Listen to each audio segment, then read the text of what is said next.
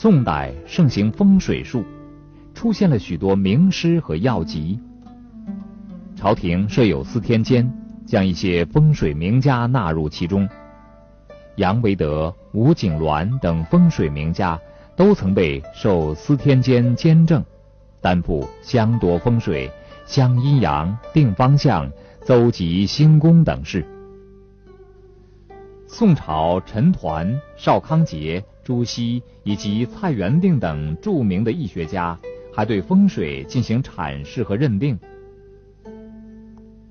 随着风水著作相继出版，从而出现了刑法派和理气派为主体的风水学理论架构体系。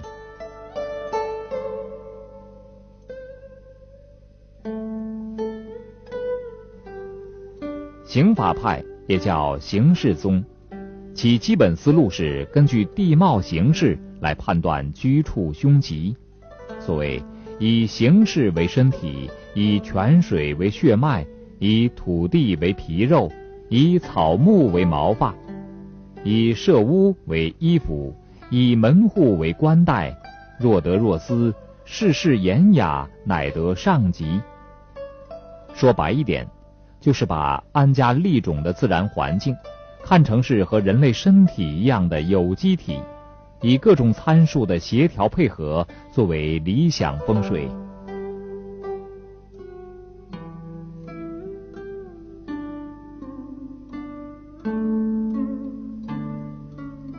刑法派的观点比较多的来自于前人的择居知识和审美经验。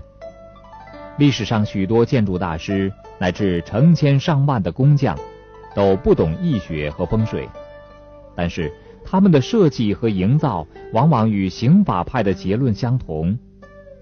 很多都邑王城、帝王陵墓和园林名胜的环境选择或利用改造，都被形式派用倒嘎账的办法据为实例。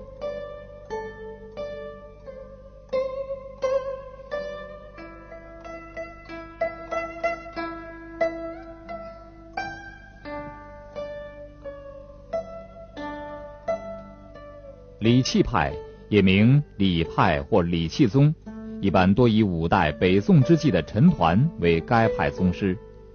此外，宋代的王吉也是并驾齐称的风水大师，著有《心经》《问答语录》等，和托名郭璞撰述的《青囊海角经》同为理气派的经典文献。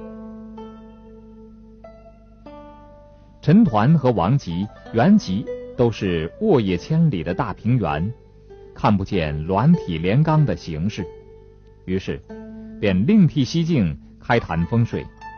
基本思路是从五行八卦等方位深刻的观念入手，以虚拟的煞术遗迹代替现实，也有八卦、干支、天星、五行四大纲目。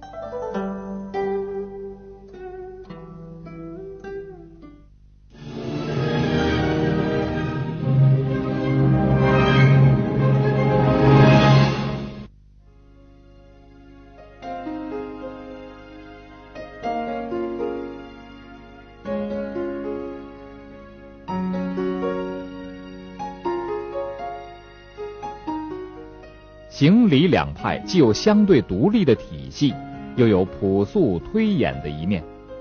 形派也讲方位测象、五行占法，理派也讲天星地形、水诀学法。在进入操作时，多是掺杂在一起使用。这又是什么原因呢？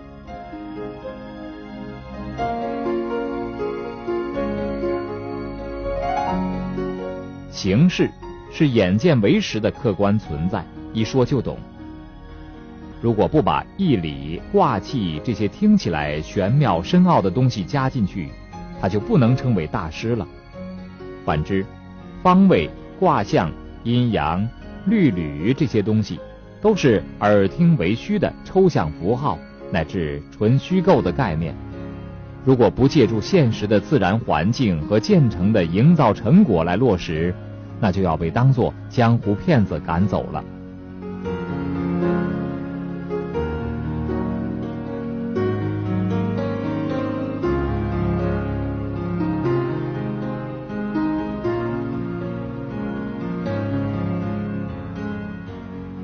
宋徽宗是一个很相信风水的皇帝，他原先没有儿子。有个叫刘混康的术士告诉他，京师西北隅地势过低，如培筑增高，当得多难之喜。宋徽宗就命令大兴土木，叠起岗部，后来果然得了儿子。徽宗就更加相信风水术了，改筑延福宫，又命灵肃择地修建上清宝传宫，劳民伤财，导致国库空虚，国力下降，政权衰败。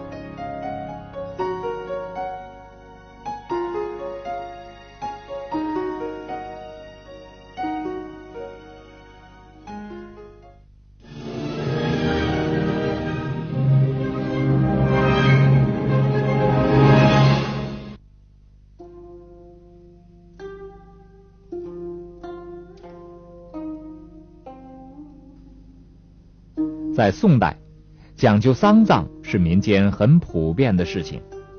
诸子家里说，老百姓死后3月而葬，先把地形选择好，再择日开营。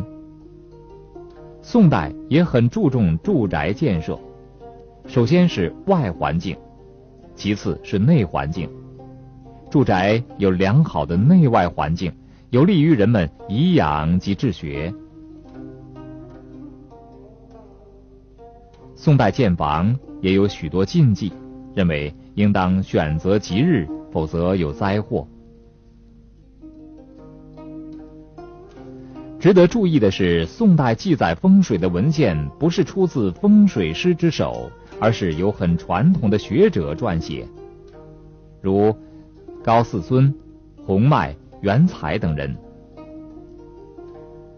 他们根据积累的生活经验，写出了为民众所赞同的治世要言，不是没有道理的。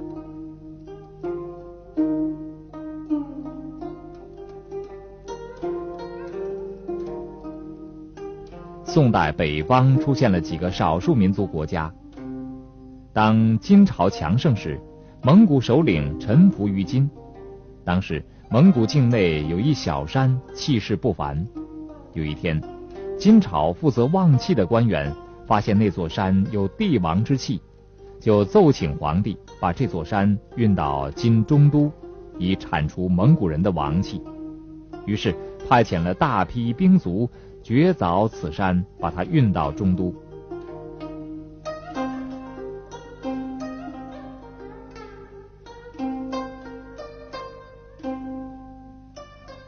元代是风水术低落时期，没有什么特别的发展。